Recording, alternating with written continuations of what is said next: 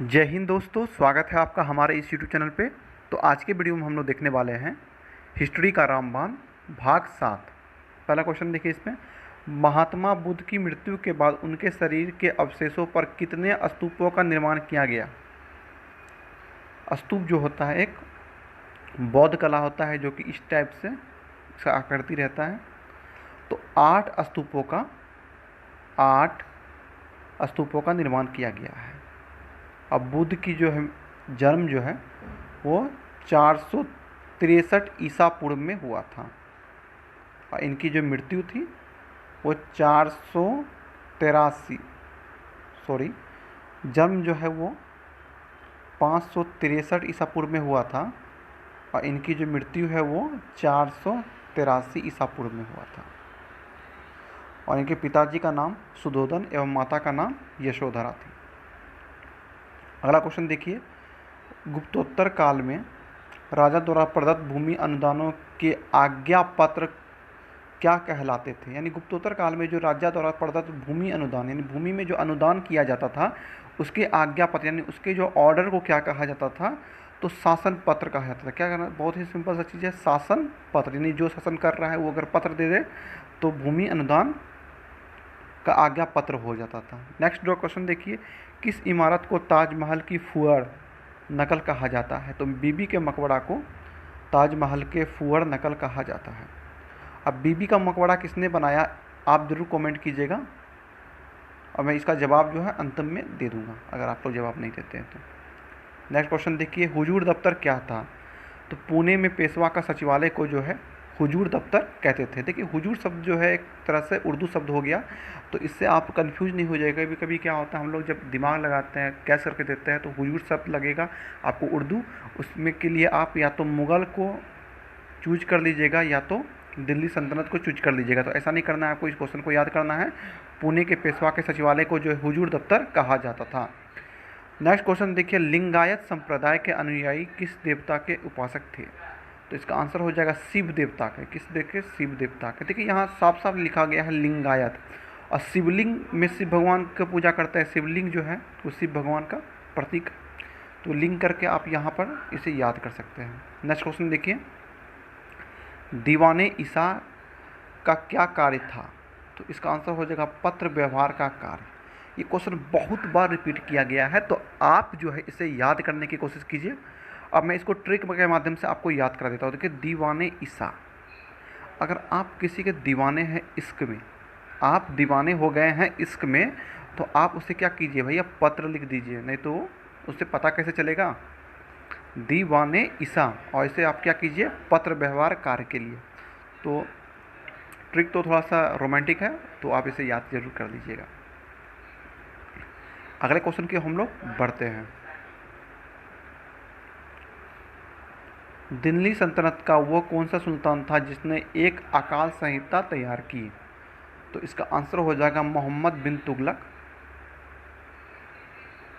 मोहम्मद बिन तुगलक ने जो है एक अकाल संहिता तैयार की थी।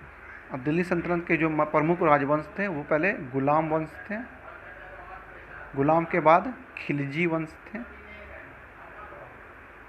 खिलजी के बाद तुगलक वंश थे, और ये तुगलक वंश के ही राजा सुल्तान थे मोहम्मद बिन तुगलक। तुगलक वंश आए, फिर सैयद वंश आए, उसके बाद लोदी वंश आए। लोदी वंश के अंतिम राजा इब्राहिम लोदी को हरा के बाबर ने मुगल काल का राज्य का स्थापना किया था। नेक्स्ट क्वेश्चन देखिए, लोहगढ़ का किला किसने बनाया। तो गुरु गोविंद सिंह ने बनाया। किसने बनाया, गुरु गोविंद सिंह ने जो है लोहगढ़ का किला बनाया। इनका एक प्रमुख वचन था, चिड़िया बाजदा नाल लरावा तब गुरु गोविंद सिंह नाम कहावा। तो इनकी जो इच्छा थी बहुत ही लोह टाइप की थी, बहुत ही सॉलिड थी, इसलिए इन्होंने जो है लोहगढ़ का किला का निर्माण किया था। और इनका जन्म जो है बिहार में ही हुआ था। नेक्स्ट क्वेश्चन देखिए, कश्मीर के मार्तंड मंदिर के संस्थापक कौन थे। कश्मीर में जो है मार्तंड मंदिर है, इसके संस्थापक कौन थे? तो ललितादित्य मुक्तिपीर, ललितादित्य मुक्तिपीर थे। ये क्वेश्चन याद कर लीजिएगा।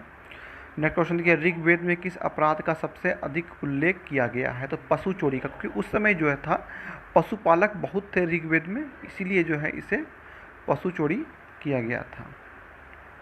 और ऋग्वेद में जो टोटल जो मंडल है वो 10 मंडल है। तीसरे मंडल में गायत्री मंत्र है, गायत्री मंत्र है। नेक्स्ट क्वेश्चन देखिए, उत्तर वैदिक काल में शासन व्यवस्था का सामान्य रूप क्या था? तो उस समय राजतंत्र था। आप जानते ही पहले क्या था? राजतंत्र। उत्तर वैदिक काल से ही जाति प्रथा स्टार्ट हुई है। नेक्स्ट क्वेश्चन देखते हैं, मौर्य वंश का कौन सा शासक वृद्ध अवस्था में जैन संत भद्रबाहु के साथ दक्षिण चला गया था? तो चंद्रगुप्त मौर्य ने, चंद्रगुप्त मौर्य जो है वो जैन धर्म अपनाया था भद्रबाहु के साथ। और चंद्रगुप्त की जो है उल्लेख आपको विशाख दत्त में लिखता है। विशाख दत्त ने मुद्रा राक्षस में किया है, मुद्रा राक्षस में इसका वर्णन मिलेगा आपको। नेक्स्ट क्वेश्चन की ओर हम लोग बढ़ते हैं।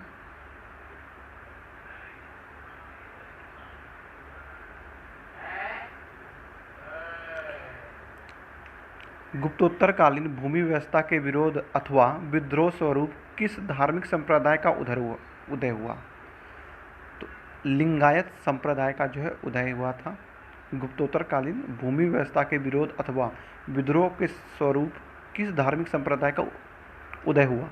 तो इसका आंसर हो जाएगा लिंगायत संप्रदाय। और लिंगायत संप्रदाय में अभी तुरंत बताया किसके उपासक थे? तो शिव के उपासक थे। नेक्स्ट देखिए, मनु एवं याज्ञवल्क्य स्मृतियों में स्त्री को किसके समतुल्य माना गया है? तो स्त्रियों को जो है वो शूद्रों के समतुल्य माना गया है। किसके थ्रू माना गया है? शूद्रों के समतुल्य माना गया है। अगला क्वेश्चन देखते हैं, मोहम्मद गजनवी ने भारत पर प्रथम तथा अंतिम आक्रमण किस वर्ष किए? तो पहला जो आक्रमण वो 1000 ईस्वी किए, 1000 ईस्वी में किए थे। और लास्ट जो है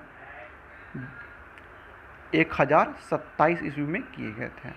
और 1100 और मोहम्मद गजनवी जो है के साथ आने वाला अलबरूनी था, जिसने किताबुल हिंद लिखा था। क्या लिखा था? किताबुल हिंद लिखा था।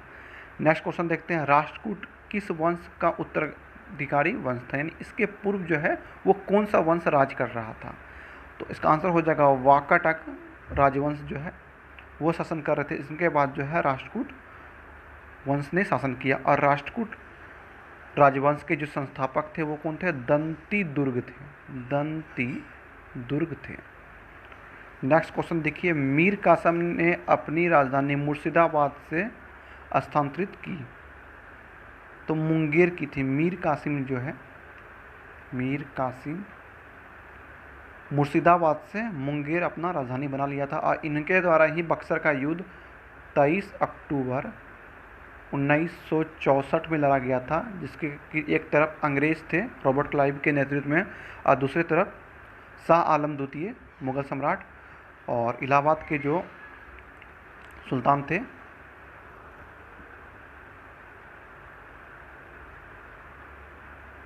शुजाउद्दौला और मीर कासिम थे।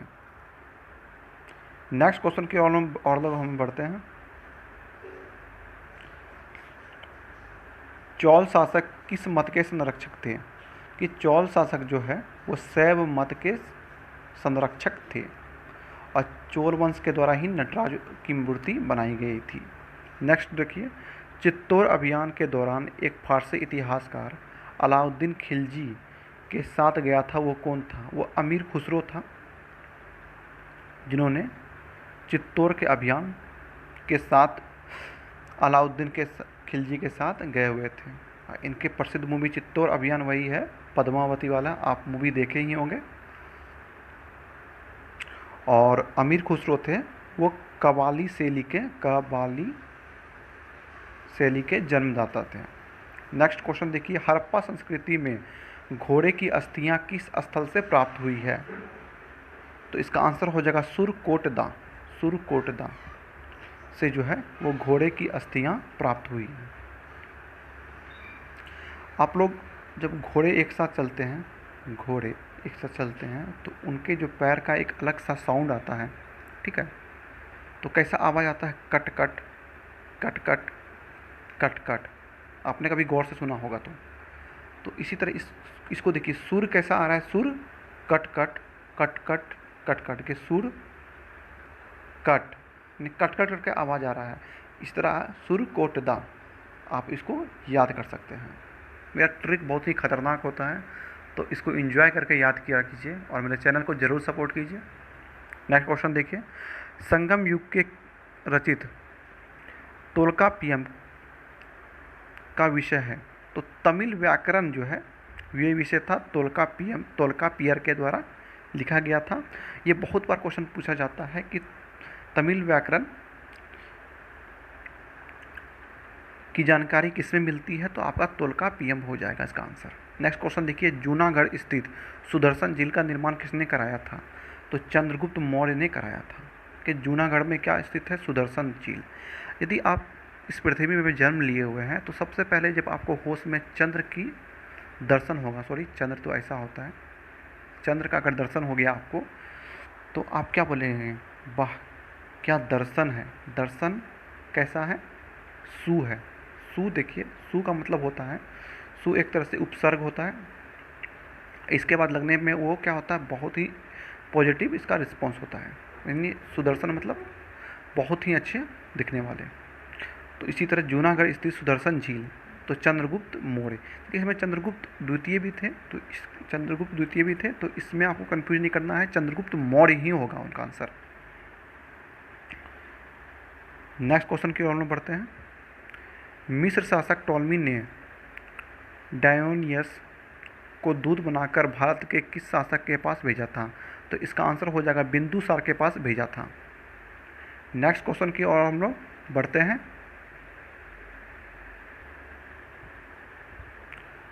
अभिलेखों में देवनाम प्रिय तथा प्रियदर्शी किस शासक को कहा गया है?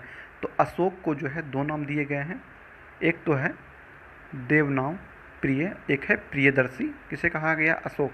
अशोक के 13वें शिलालेख में कलिंग युद्ध का वर्णन मिलता है, तो बहुत ही इंपॉर्टेंट है, इसको आप लोग याद कर लीजिएगा। नेक्स्ट क्वेश्चन की ओर में बढ़ते हैं। किस बौद्ध भिक्षु के प्रभाव से अशोक का धर्म परिवर्तन हुआ था? तो उपगुप्त के प्रभाव से इन्होंने बौद्ध धर्म अपनाया था। नेक्स्ट क्वेश्चन की ओर में बढ़ते हैं। इस्लामी स्थापत्य कला का सर्वाधिक बहुमूल्य रत्न समझे जाने वाले अलाई दरवाज़ा का निर्माण किसने कराया था? तो अलाउद्दीन खिलजी ने क्या किया था? अलाई दरवाज़ा बनाया था। देखिए अलाउद्दीन और अलाई दरवाज़ा और अलाउद्दीन करके आप इसको याद कर दीजिएगा। और ये जो दरवाज़ा जो है वो कुब्बत उल इस्लाम मस्जिद, जो कि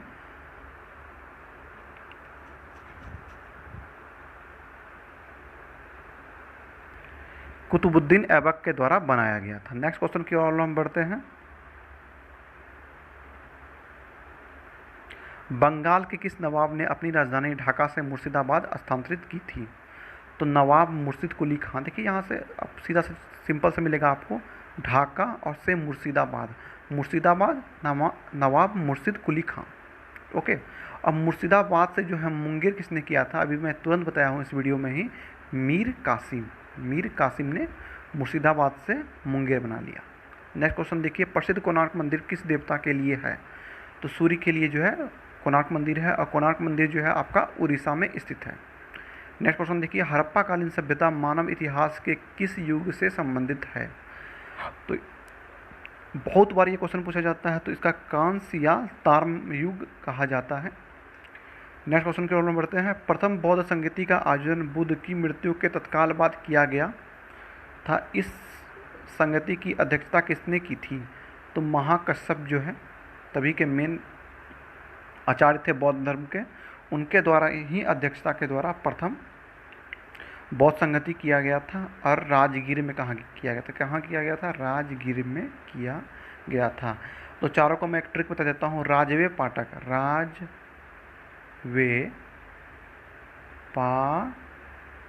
पाटक, राजवे, पाटक। राज से हो गया आपका राजगीर, और वे से हो गया वैशाली, पाठ से हो गया पाटलिपुत्र, और कौ से हो गया कश्मीर। तो इस तरह करके आप इसको याद कर सकते हैं। तो आज को आपका वीडियो कैसा लगा, और इस वीडियो में मेरा व्यू नहीं जा रहा है तो आप लोग व्यू बढ़ाइए, अपने दोस्त में इसको शेयर कीजिए। मैं लगातार, देखिए व्यू बढ़े या ना बढ़े, मैं इसका सीरीज़ लगातार लूँगा। आप इसको पसंद करें या नहीं करें, मैं ये सीरीज़ चलाते ही रहूँगा। तो अपने आगामी एग्ज़ाम की तैयारी को बूस्ट करने के लिए मेरा वीडियो ज़रूर देखिए, चैनल को सब्सक्राइब कीजिए, दोस्तों में शेयर कीजिए। मिलते हैं कल एक नए वीडियो के साथ, तब तक के लिए जय हिंद, जय भारत।